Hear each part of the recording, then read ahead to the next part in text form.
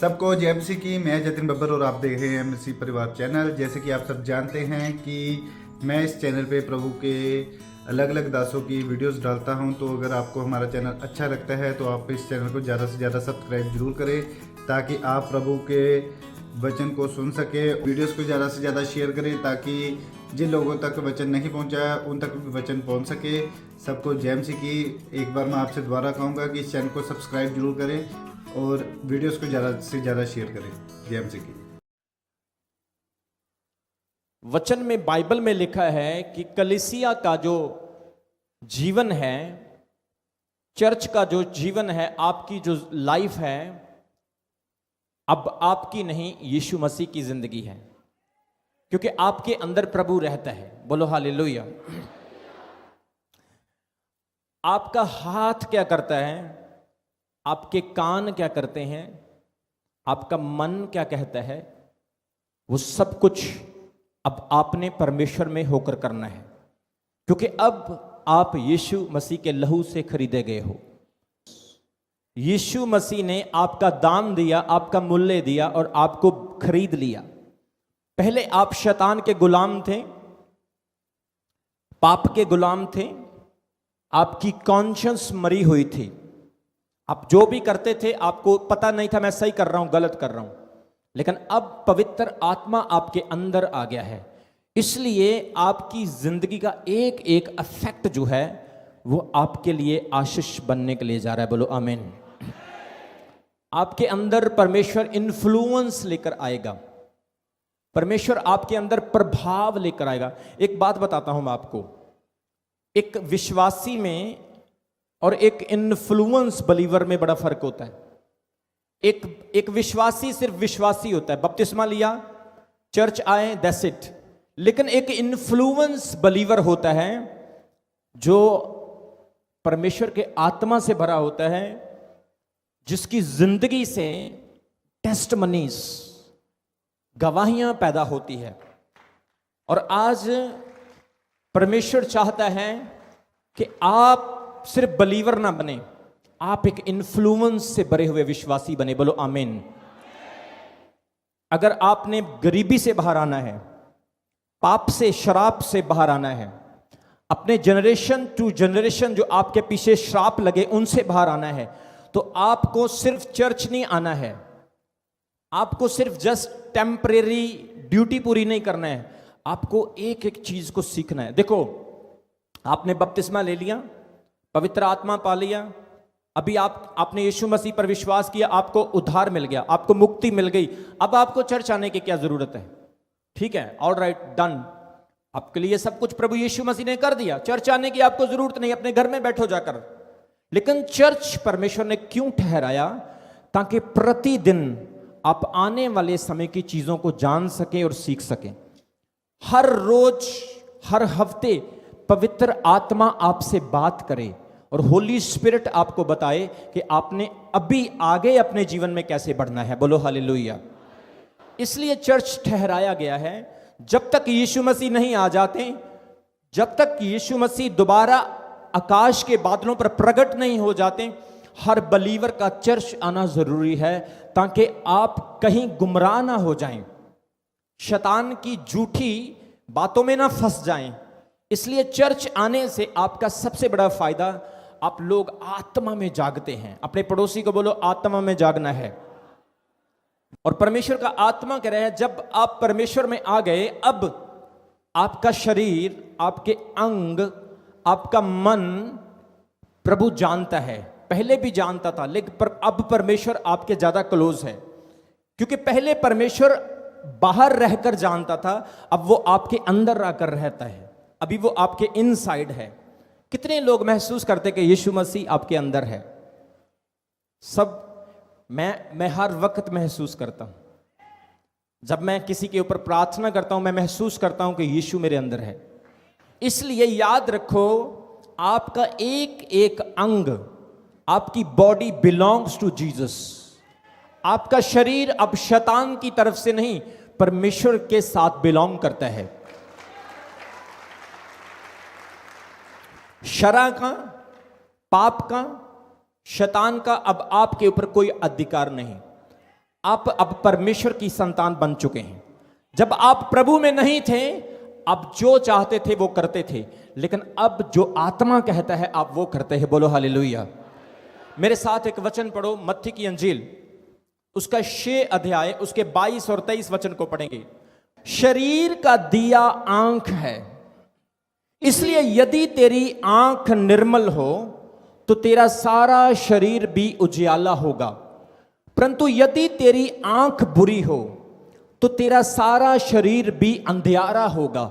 और इस कारण वह अंधियारा जो तुझ में है, यदि अंधकार हो तो वह अंधकार कैसा बड़ा होगा। 22 वचन में लिखा है, यीशु मसीह के वचन है ये, जीसस के वर्ड है ये। यीशु मसीह बता रहे हैं कि शरीर का दिया आंख है। आपकी बॉडी का दिया कौन है?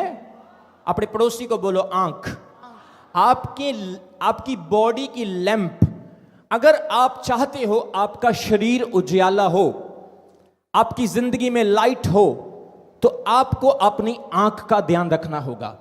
क्योंकि अगर आपकी आंख में जरा सी खराबी आ गई तो वचन कहता है आपके पूरे शरीर में खराबी आ जाएगी। क्योंकि आंख, परमेश्वर ने आपको एक ऐसा इंद्रिय दिया है जिसके द्वारा आप पूरी चीजों को देखते हो। आप आंख से देखते हो इसने कौन से कलर के कपड़े पहने हैं, किस तरह का खाना है, ये लड़की है लड़का है। आंख से आप मुझे देख रहे हो, रोड के ऊपर ड्राइव करते वक्त भी आप अपनी आंखों का इस्तेमाल करते हो, बाइबल पढ़ते वक्त भी आप आंखों का इस्तेमाल करते हो, प्रार्थना करते वक्त भी आप आंखों का इस्तेमाल करते हो। आपकी जिंदगी में आपकी आंखें आपकी बॉडी के ऊपर मोस्ट इंपॉर्टेंट हैं। आपकी आंखें आपके ब्रेन के साथ जुड़ी हुई हैं, आपकी आंखें आपके हृदय के साथ जुड़ी हुई हैं, आपकी आंखों के पीछे एक स्पिरिचुअल कनेक्शन है। बहुत सारे लोग इन चीजों से अवेयर नहीं हैं, लेकिन यीशु मसीह ने कहा अगर तुम अपने जीवन को उजियाले में लाना चाहते हो तो अपनी आंख को तुम लोगों ने क्या करना है? उजियाला करना है, निर्मल करना। निर्मल का मतलब शुद्ध करना है। मत्ती की अंजील, वहां पर लिखा मत्ती की अंजील उसके 5 अध्याय, यीशु मसीह ने वहां पर एक वचन बोला कि धन्य है वह जो मन के शुद्ध हैं, वे परमेश्वर को देखेंगे। देखेंगे मतलब अपनी आंखों से। जब आपका शरीर उजियाला है तो आप उस उजियाले को फेस कर पाएंगे जो उजियाला यीशु मसीह में है। अगर आपके जीवन में लाइट नहीं, आपकी जिंदगी में वो रोशनी नहीं, तो आप लोग यीशु मसीह की रोशनी को कभी फेस नहीं कर पाएंगे। आज हम अपनी आंखों से बहुत कुछ देखते हैं। टीवी के ऊपर आंखों से बहुत कुछ देखा जाता है, मोबाइल फोन के ऊपर बहुत कुछ देखा जाता है, आप चलते फिरते अपनी आंखों से बहुत कुछ देखते हैं। लेकिन वचन क्या कहता है? तेरा देखना इस तरीके से हो कि तेरे शरीर पर कोई प्रभाव ना पड़े। आपने कभी कभी देखा होगा जब आप किसी नेगेटिव चीज को देखते हैं, वो नेगेटिव चीज को देखने के बाद वो सीधा आपके अंदर चली जाती है। क्योंकि eyes is the door, the things draw in your inside. आंख एक ऐसा जरिया है जो बाहरी चीजों को आपके अंदर ले जाता है। सुनो ध्यान से मेरी बात को सुनना। यीशु मसीह ने एक बहुत बड़ी बात कही फरीसियों को, उस वक्त के ग्रंथियों को, जो प्रैक्टिकली तो रिलीजियस थे लेकिन आत्मा में रिलीजियस नहीं थे। यीशु ने उनको कहा तुम्हारी आंख में अभी भी प्रॉब्लम है। बोलो आमीन। यीशु मसीह ने कहा तुम्हारी आंख का शुद्ध होना जरूरी है। ध्यान से सुनो मेरी बात। आंख एक ऐसा व्हीकल्स है, एक ऐसा इंद्रिय है। मान लो आपने कोई जवान लड़का है, आपने कोई गलत चीज देख ली, आप रात को सो तो जाएंगे लेकिन वो चीज आपके ड्रीम्स में आपको दिखाई देगी। अगर आपने कुछ गलत देख लिया, अगर आपने कुछ ऐसा भयानक एक्सीडेंट देख लिया, किसी का लहू देख लिया, कोई मर्डर देख लिया, कोई डेंजरस हॉरिबल फिल्म देख ली, तो रात को वही चीजें आपके दिमाग में, आपके ड्रीम्स में आना स्टार्ट हो जाएगी। क्योंकि जो कुछ आप आंखों से देखते हो वही चीजें आपके अंदर, आपके मन में, आपके ब्रेन में प्रभाव करती है। सो जब आप देखते हो, आपको इस चीज का ध्यान देना है कि आप क्या देखते हो। देखो, कई बार कुछ चीजें होती है जो बुरी होती है, हम देख लेते हैं, लेकिन उन चीजों को देखो, पर उन चीजों पर ध्यान मत दो, उन चीजों पर प्रभावित मत हो जाओ, उन चीजों को अपने अंदर मत आने दो, जिससे कि आपके अंदर का उजियाला कम होना स्टार्ट हो जाए। बोलो आमीन, बोलो हालेलुया। इसलिए यीशु मसीह ने कहा कि तेरी आंख अगर निर्मल होगी, तेरी आंख अगर सही होगी, तो तेरा सारा शरीर उजियाला, तेरा सारा शरीर लाइट से भर जाएगा। आज लोग प्रार्थना करते, फास्टिंग करते हैं कि उनके अंदर रोशनी आए, ज्योति आए, लेकिन उनकी भक्ति, उनकी प्रार्थना व्यर्थ है जब तक उनकी आंख सही नहीं। हम अपने इंडियन लोगों की अगर बात करें तो हमारे इंडियन लोग किसी को जब देखते हैं ना तो बड़े ध्यान से देखते हैं। सपोज करो अगर कोई यंग लड़का किसी लड़की को देखता है तो लड़कों को आदत होती है वो ऐसे देखेंगे उसको जैसे पहले कभी लड़की नहीं देखी। कुछ तो ऐसे होते हैं, यहां से आई वो ऐसे जा रही, बस ऐसे देखेगा देखेगा और उसको घर छोड़ कर आएगा। मतलब कहने का कि आंख जो है आपकी मंजिल को, आपकी डेस्टिनी को निर्धारित करती है। अगर आपकी आंख सही है, सुनो, बहुत सारे लोगों की जिंदगी खराब है आज के टाइम में क्योंकि उनकी आंखें खराब है, वो हर चीज को बुरे तरीके से देखते हैं। जवान लड़कियों के लिए यह बहुत बड़ी चुनौती है, जवान लड़कों के लिए यह बहुत बड़ी चुनौती है। अपनी आंखों को निर्मल रखना है क्योंकि आपकी आंखें कुछ ना कुछ तो कैच करती है और आपके अंदर भेजती है। सुनो, ध्यान से सुनो, जो आंखें हैं ये एक दरवाजा है, डोर है, ये आपके ऊपर डिपेंड करता है। आप अपनी आंखों के मालिक हैं और ये आपके ऊपर डिपेंड करता है कि आप क्या देखते हैं। कई बार मोबाइल के ऊपर कुछ नोटिफिकेशंस आते हैं, वो आने हैं, आपका कसूर नहीं है, लेकिन उन नोटिफिकेशन को कभी क्लिक मत करो क्योंकि वो नोटिफिकेशन शैतान की तरफ से एक चोगा है आपके लिए, वो आपको चोगा डालता है। उसको पता अगर इसने ये नोटिफिकेशन देख लिया तो ये रात को प्रेयर नहीं कर पाएगा, ये रात को परमेश्वर की तरफ ध्यान नहीं लगा पाएगा। सुनो, पुराने टाइम में जो नबी होते थे वो क्यों जंगलों में चले जाते थे? ताकि कोई ऐसी चीज उनको देखनी ना पड़े कि उनका ध्यान टूटे। कितने लोगों को मेरी बात समझ आ रही है?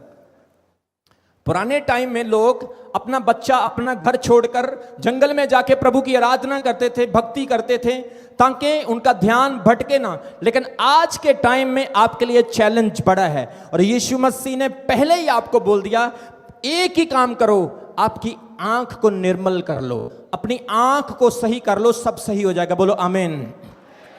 इसलिए यीशु मसीह ने कहा, वहां पर यीशु मसीह ने कहा शरीर का दिया आंख है। कितने लोग अपने शरीर में अंधेरा चाहते हैं?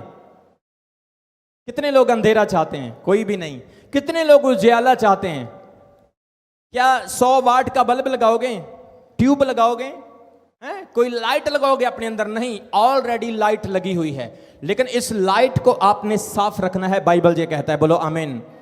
वहां पर लिखा शरीर का दिया आंख है, इसलिए यदि तेरी आंख निर्मल हो, तेरी आंख सही हो, तो तेरा सारा शरीर सही होगा। मेरे प्रियो, बाइबल में बहुत जगह पर आंखों का जिक्र किया गया है कि आपने अपनी आंखों का सही इस्तेमाल करना है। कुछ डॉक्टर कहते हैं कि आपकी आंखें जो है आपके ब्रेन, आपके हार्ट और आपके पीछे वाले जो वेन्स हैं इसके साथ कनेक्टेड है। जब आप अपनी आंखों का यूज, अभी मैं अपनी आंखों का यूज कर रहा हूं, मैं एक एक को देख रहा हूं।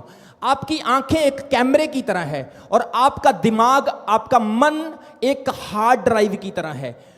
जितना आपका कैमरा देखता है, सारा डाटा जो है आपके अंदर सेव होता है, और वो डाटा अगर अच्छा है तो आपकी प्रोस्पेरिटी होगी, अगर वो डाटा बुरा है तो आपके अंदर अंधेरा होगा। ना प्रार्थना करने को दिल करेगा, ना चर्च जाने को दिल करेगा, ना प्रार्थना करने को दिल करेगा।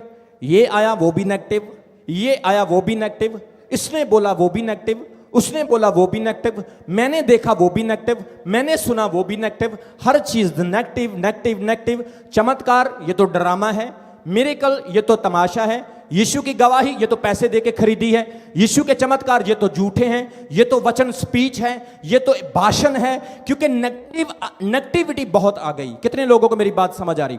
नेगेटिविटी बहुत आ गई क्योंकि जो मेन दरवाजा था वो दरवाजा ही खराब हो गया।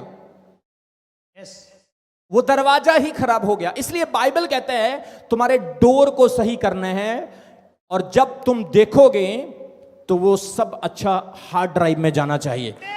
जब हार्ड ड्राइव में अच्छा होगा, मैं आपको बोल रहा हूं, सुनो, शैतान आपके अंदर कुछ ऐसा चाहता है जिससे दुर्गंध आती हो। कितने लोगों को मेरी बात समझ आ रही है? बहनों, आप सुन रहे हो? शैतान चाहता है आपके अंदर से कुछ बैड स्मेल आए, लेकिन परमेश्वर चाहता है आपके अंदर से कुछ अच्छी खुशबू आए। वो डाटे के ऊपर निर्भर करता है आपने अंदर कौन सा डाटा रखा। इसलिए आज अपनी आंखों को निर्मल करो। हर चर्च में एक लड़की जो है एक लड़के की बहन होनी चाहिए। हर एक लड़की का चर्च में भाई होना चाहिए। अगर किसी का रिश्ता, किसी की मैरिज किसी के लिए परमेश्वर ने ठहराई है, उसे कोई रोक नहीं सकता, होगी वो परमेश्वर करेगा। लेकिन आपका स्टार्टिंग, आपका शुरुआत जो है वो क्लियर और साफ होना चाहिए। आपका मन क्लियर होना चाहिए। मुझे उन लोगों से बड़ी नफरत है जो लोग दिखावा करते हैं। मैं उन लोगों को पसंद नहीं करता हूं। अपने आप को बड़ा दीन दिखाएंगे। जो अपने आप को ज्यादा दीन दिखाते हैं ना, वो सबसे ज्यादा घमंडी होते हैं, सबसे ज्यादा। लेकिन जो अपने आप को नेचुरली दीन करते हैं, किसी को दिखाने के लिए नहीं, परमेश्वर उन्हें और ज्यादा ब्लेस करता है, और ज्यादा उठाता है। इसलिए वचन में, बाइबल में लिखे हैं, तुम्हारी आंख का निर्मल होना बहुत ही जरूरी है। जो आप अच्छा देखोगे वो आपको कभी डिस्टर्ब नहीं करेगा, कभी आपको कंफ्यूज नहीं करेगा। आपको पता है, एक वचन हम पढ़ेंगे उत्पत्ति की किताब, उसका 3 अध्याय, उसके 6 और 7 वचन में। सो जब स्त्री ने देखा कि उस वृक्ष का फल खाने में अच्छा है और देखने में मनभाऊ और बुद्धि देने के लिए और चाहने योग्य भी है, तब उसने उसमें से तोड़कर खाया और अपने पति को भी दे दिया और उसने भी खाया। तब उन दोनों की आंखें खुल गई और उनको मालूम हुआ कि वे नंगे हैं। सो उन्होंने अंजीर के पत्ते जोड़ जोड़ कर अपने लिए लंगोट बना लिए। देखो यहां पर क्या लिखा, पहला वचन पढ़ो, क्या लिखा है वहां पर? लिखा, जब स्त्री ने देखा कि उस वृक्ष का फल खाने में क्या है, अच्छा है और देखने में क्या, मन भाव। दुनिया का सबसे पहला पाप जो हमारी मां ने किया, आपकी मां ने किया, जिसका नाम हवा था, आदम की वाइफ। दुनिया का सबसे पहला पाप हवा ने कहां से किया? आंखों से। उसने देखा कि फल बहुत मन भाऊ है। आज कई चीजें आपको देखने में सही लगती, लेकिन एग्जैक्टली वो सही नहीं होती। आप सोचते हैं ये वाला बिजनेस मेरे लिए अच्छा रहेगा, लेकिन वो सही नहीं होता। ये दोस्त मेरे लिए अच्छा होगा, वो सही नहीं होता। ये लड़की मेरी शादी के लिए सही होगी, ये लड़का मेरी शादी के लिए सही होगा, लेकिन वो अच्छा नहीं है। ये बंदा मेरी लाइफ में मेरा फायदा करेगा, लेकिन वो हर चीज जो आप अपनी आंखों से देखते हो, बाइबल कहती वो हमेशा अच्छी नहीं होती है। यहां पर क्या लिखा है? उसने क्या कहा? जो वृक्ष खाने में अच्छा और देखने में मनभाऊ और बुद्धि देने के योग्य है, तब उसने उससे तोड़कर खाया और अपने पति को दिया और खुद भी खाया। ध्यान से सुनना, ध्यान से सुनना। आदम और हवा परफेक्टली बनाए गए, जिनके अंदर कोई गुनाह नहीं था। और जब आप सही होते हैं, शैतान तब आपके पास आता है। जब आप गलत होते हैं, वो कहता है ऑल राइट, ये तो मेरा ही बंदा है, कोई प्रॉब्लम नहीं। लेकिन जब आप सही होते हैं, वो आपके पास आता है और आपके अंदर गलत बातें भरता, ताकि आपके अंदर वो किसी ना किसी तरीके से घुस जाए। शैतान ने औरत को पकड़ा। किसको पकड़ा? भाई आदम को क्यों नहीं पकड़ा? क्योंकि आदम परमेश्वर के हाथ से बनाया गया, मिट्टी से बनाया गया, लेकिन औरत पसली से बनाई गई। और शैतान जानता है कि औरत जो होती बड़ी चंचल होती है। अभी टेंशन मत लेना बहनों, आप ये मत सोचना कि अभी अपोस्टल जी हमारी तरफ हो गए। जो औरत होती, जो बहनें होती है, बड़ी चंचल होती हैं। इनको कोई भी पीछे लगा सकता है बड़ी जल्दी, लेकिन भाइयों को थोड़ा सा कठिन होता है इसलिए शैतान सबसे पहले औरत के पास आया, और वो डायरेक्ट शैतान के रूप में नहीं, सांप के रूप में, एक जानवर के रूप में आया। और बाइबल कहती है शैतान ने औरत से कहा, बल्कि जब तुम खाओगे तुम परमेश्वर जैसे बन जाओगे। ये फिलॉसफी कहां से आई, ये विचार कहां से आया कि तुम परमेश्वर जैसे बन जाओगे? ये विचार आया शैतान की ओर से, क्योंकि शैतान की शुरू से कोशिश है, वो किसके जैसा बनना चाहता है? ओ बोलो चर्च, शैतान किसके जैसा बनना चाहता है? परमेश्वर के जैसा। उसने हवा को क्या कहा? तुम जब ये फल खाओगे तुम किसके जैसे बन जाओगे? परमेश्वर। जो व्यक्ति अपने आप में बड़ा बनना चाहता है, समझ लो कि उसके पीछे शैतान का आत्मा काम कर रहा है। लेकिन जो व्यक्ति परमेश्वर में रहकर बढ़ना चाहता है, उसको समय लगता है, टाइम लगता है। परमेश्वर उसको मजबूत करता है, सिखाता है, ट्रेंड करता है। लेकिन जो व्यक्ति रात रात में बनना चाहता है, समझ लो शैतान उसके पीछे है। इसलिए औरत से उसने कहा तुम ये फल खा लो, तुम परमेश्वर जैसे बन जाओगे। औरत ने उस फल को नहीं देखा था, लेकिन जब उसने देखा तो उसने सोचा बहुत मनभाऊ है, बहुत अच्छा। देखा, आज आप जो भी देखते हो सोचना क्या ये अच्छा है या नहीं है, क्या ये मुझे खाने को बोला गया है या मुझे मना करने को बोला गया है, क्या मुझे ये करना चाहिए या नहीं करना चाहिए। ध्यान से सुनो चर्च, पाप एक ऐसी चीज है जो आपको पता भी है कि ये गलत है, लेकिन आप करोगे। पाप एक ऐसी पावर है, व्यभिचार एक ऐसी पावर है, मूर्ति पूजा एक ऐसा पावर है, एक ऐसा पाप है, आप करना नहीं चाहते, आप फिर भी कर लेते हो, क्योंकि इसके पीछे डायरेक्ट शैतान का आत्मा काम करता है। और बाइबल, पवित्र शास्त्र क्या कहता है? दुनिया का सबसे पहला गुनाह डिसओबीडियंस परमेश्वर की बनाई हुई औरत ने की, जिसका नाम हव्वा था। उसने फल को देखा और फल को तोड़कर खा लिया और अपने पति को भी खिला दिया। ध्यान से सुनना, आप जो भी देखते हो, आप जब पहला कुरिन्थियों उसके 12 अध्याय में पढ़ोगे, वहां पर लिखा है आप जो भी देखते हो, परमेश्वर ने आपको 9 तरह के वरदान दिए। कितने लोगों को मेरी बात समझ आ रही है? बोलो हालेलुया। प्रभु ने आपको 9 तरह के वरदान दिए हैं। चंगाई का वरदान, भविष्यवाणी का वरदान, बुद्धि और नॉलेज का, ज्ञान का वरदान, आत्माओं को परखने का वरदान, अन्य भाषा बोलने का और अन्य भाषा का अर्थ करने का गिफ्ट परमेश्वर ने वरदान दिए हैं। इसलिए आपने जो भी देखा उसको परखना है। आज से मेरे पास बहुत सारी लड़कियां आती हैं, बहनें आती हैं, अपोस्टल जी मेरा हस्बैंड मुझे छोड़कर चला गया। मैंने बोला क्या हुआ? इतने साल हो गए शादी को, लव मैरिज थी। लव मैरिज थी भाई, जब प्यार था तो फिर क्यों छोड़कर चला गया? अरेंज मैरिज में बंदा छोड़ दे तो हम कह सकते हैं कि शायद बिचौले से गलती होगी हैं, जिसने लड़की ढूंढी उससे गलती होगी। लेकिन जो लव मैरिज है उसमें तो भाई तूने खुद मैरिज किया ना। वो लव मैरिज नहीं, वो इमोशनल मैरिज थी। वो आंखों से देखा हुआ डिसीजन था, ना कि दिल से लिया हुआ डिसीजन था। वो जल्दी में लिया हुआ फैसला था, इसलिए ऐसा हुआ। लड़कियां और लड़के ध्यान से सुन लो, आंखों को जो अच्छा लगता है बढ़िया है, गुड है, लेकिन हमेशा वो सही नहीं हो सकता। ध्यान देना इस चीज को। आदम और हवा इसी चीज में फंस गए और परमेश्वर की बरकत से दूर हो गए और पाप में गिर गए। एक मेरे साथ वचन पढ़ो, दूसरा राजा उसका 2 अध्याय उसके 9 वचन में क्या लिखा वहां पर, मैं पढ़ना चाहता हूं, आप ध्यान से सुने। उनके पार पहुंचने पर एलिया ने अलीशा से कहा, उससे पहले कि मैं तेरे पास से उठा लिया जाऊं। एलिया उठाया जाने वाला था, स्वर्ग में प्रभु उसको ले रहा था। एलिया का लास्ट टाइम था और अलीशा एलिया का पीछा कर रहा था, क्योंकि अलीशा जो था चेला था और एलिया गुरु था, और चेला गुरु का पीछा कर रहा था। चेला बोल रहा है गुरुजी मैं आपको छोड़ूंगा नहीं, आप जहां जाएंगे मैं आपके पीछे चलूंगा। एलिया उसको बोलता था भाई अपने बच्चों के पास जा, अपनी बीवी के पास जा, अपना काम काज कर, जाके मेरे पीछे मत आ।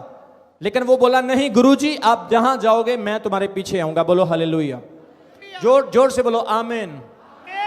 अब क्या हुआ, एलिया ने अलीशा से कहा इससे पहले कि मैं तुझसे उठा लिया जाऊं, तू जो कुछ भी मांगना चाहता है मांग ले, जो भी तुझे चाहिए मुझे बता। अलीशा ने उससे कहा तुझ में जो आत्मा है उसका दूना भाग, उसका दुगना पोर्शन मुझे मिल जाए। चेले की डिमांड देखो क्या है, कितने लोगों को समझ आ रही वचन की। चेले की डिमांड क्या है अपने गुरु से? मैंने आपकी सेवा की है, आपके जूते उठाए हैं, पैर धोए हैं, खाना खिलाया है, अपनी फैमिली का फिक्र नहीं किया, अपने कारोबार का फिक्र नहीं किया, मैं तो सब कुछ छोड़कर गुरु जी आपके पीछे आ गया। अब गुरु उठाए जाने वाले हैं, प्रभु ने, परमेश्वर ने गुरु को बुला लिया कि बेटा आज अब तेरा टाइम पूरा हो गया। लेकिन गुरु अपने चेले को बोल रहे हैं कि जा तो मैं रहा हूं, लेकिन जो मांगना चाहता है मांग ले। सपोज करो अब भी इसी वक्त मुझे परमेश्वर आवाज दे रहा है और कह रहा है रमन बेटा तेरा टाइम पूरा हो गया, मैं तुझे उठाने वाला हूं। सपोज करो अभी चर्च लगा हुआ है और प्रभु मुझे बोल रहा है बेटा मैं तुझे उठाने वाला हूं, और आपको भी पता चल गया है कि प्रेरित जी जा रहे हैं, तो मैं आपको बोल लूं चलो ठीक है, आपको 2 साल हो गए, 5 साल हो गए, 10 साल हो गए, आप चर्च आ रहे हो, मांगो क्या मांगना है आपने, तो आप क्या मांगोगे? बहनें तो कहेंगे पास्टर जी अच्छा सा सूट लेके दे दो,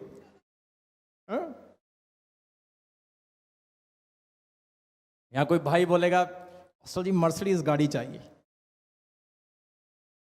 क्या मांगोगे आप? इस चेले की बुद्धि देखो। एक अच्छे गुरु के साथ रहने का यही फायदा होता है, जैसा गुरु वैसा चेला होता है।